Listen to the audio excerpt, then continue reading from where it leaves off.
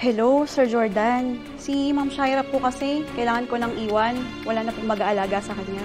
Iwan mo mag-ina ko? Nilagay mo sa peligro ang buhay ng sarili mong anak para lang palabasin na sinasaktan ni Christy. Isa lang yun sa mga desisyon na kailangan kong gawin. Anong desisyon ang kailangan mong gawin? Akalain na raw si Leon. Pagbabayarin ko siya sa pagtraidor niya sa kalasan. Gusto ko rin gantihan si Leon sa pagpatay niya kay Buhaya. Paano natin gagawin yun? Mas nagiging mahirap para sa akin na tanggapin na yung pinagbubuntis niya ay anak nung hayop na yun. Alam mo, sana hindi talaga totoo yung mga bali-balita na nakawala na yan. Kasi yung mga kagaya sa halimaw na gano'n, dapat yung nakukulong sa bilangguan ng habang buhay at doon na mamatay. Sir, bagay siya na po umorder. Galing.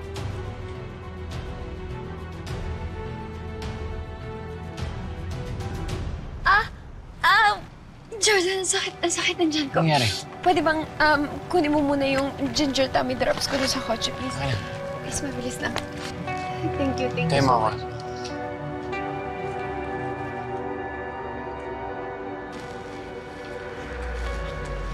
Umalis ka na, bilisan mo.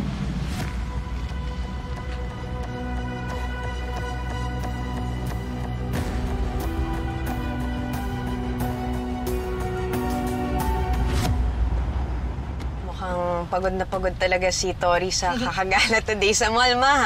Ayun, ikaw ba naman ang tumakbo maghapon? Ay, nako. Kahit tayo napagod, ah. Actually. Nako, pero anak, ang hindi ko makakalimutan talaga. Hindi maalis sa isip ko yung lalaking bastos na bumangga sa'yo. Grabe siya, no, ma? Oo. Bastos talaga. Buti, okay ka ba? Are you sure? Hindi ka na nasaktan? Okay lang po ako, ma. Talagang nagpapasalamat ako sa Lord natin. Walang nangyari sa akin. Okay lang kami ng baby ko. That's good. Nakausap mo na ba si Jordan? Nasabi mo na sa kanya?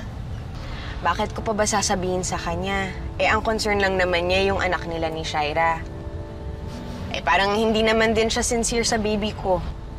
Bakit pa? Diba? Okay na, change topic na. Oh, yeah. Anyway, buti na lang. Masaya ang araw ni Tori. Oh, yes. Yeah.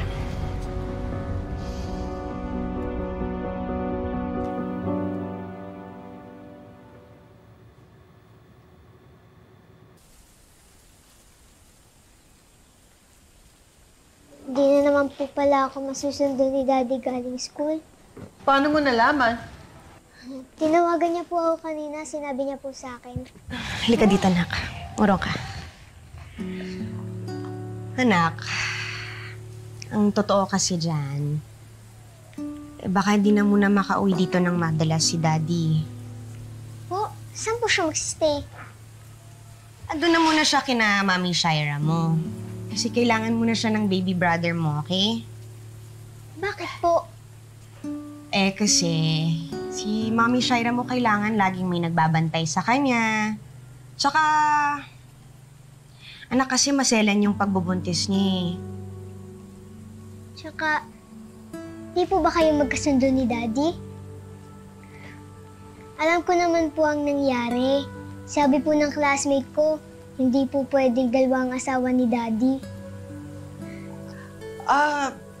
Kasi sweetheart, masyado pang complicated yung sitwasyon at saka hindi mo pa maiintindihan ngayon. Pag medyo malaki ka na, we can explain. Na-hurt din po kasi ako, Lola. Alam mo, Nak, kasi lahat ng pamilya naman, di ba, Ma, may mga pinagdadaan ng paghihirap, mga problema. Pero, kahit anong mangyari, mamahalin ka namin ng daddy mo. Hindi magbabago yun at hindi ka namin pababayaan. Mahal rin po kita, Mami. Sana po, pati na po kayo ni Daddy. It would be the perfect gift po para sa birthday ko. Oh no! Malapit na pala yung birthday mo! Oh, We will celebrate, of course, Of diba? course yan, Ma. Magsa-celebrate tayo and lahat ng birthdays mo na hindi ko napuntahan, babawi ako sa birthday mong to, okay? Oh, how exciting! What's our theme for your birthday? Princess. Basta po nandito kayo ni Daddy, masaya na po ako. Oh, sweet mo naman. Ha? Maggie ka sweet. Maggie, I love you. Mwah! Put your headband on. Jordan, taga sandali lang.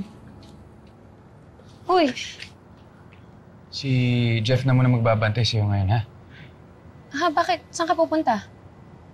Kailangan ko kausapin si Tori. Si Tori lang ba talaga? Siyempre, magkikita pa rin kami ni Christy. Mag-birthday na si Tori, kailangan namin planuhin yung party. Tapos ano? One thing will lead to another, gano'n? Asawa ko pa rin si Christy. Sana huwag mo kalimutan. Alam ko naman yun. Araw-araw mo nga pinapaalala sa akin eh. Ayan sa akin lang, sana respetuhin mo pa rin ako. Tsaka dapat inuunawa mo yung mararamdaman ko bilang babae. Alam mo ba yung ginagawa mo? Hindi nakakabuti yan sa baby.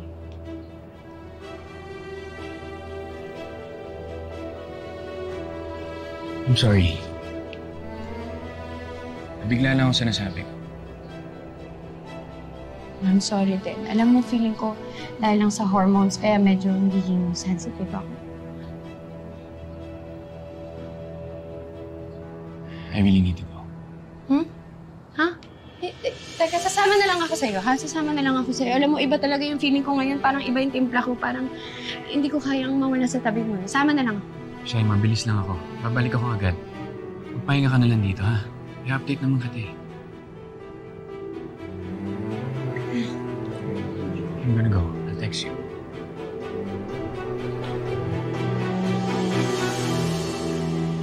Okay, you're next.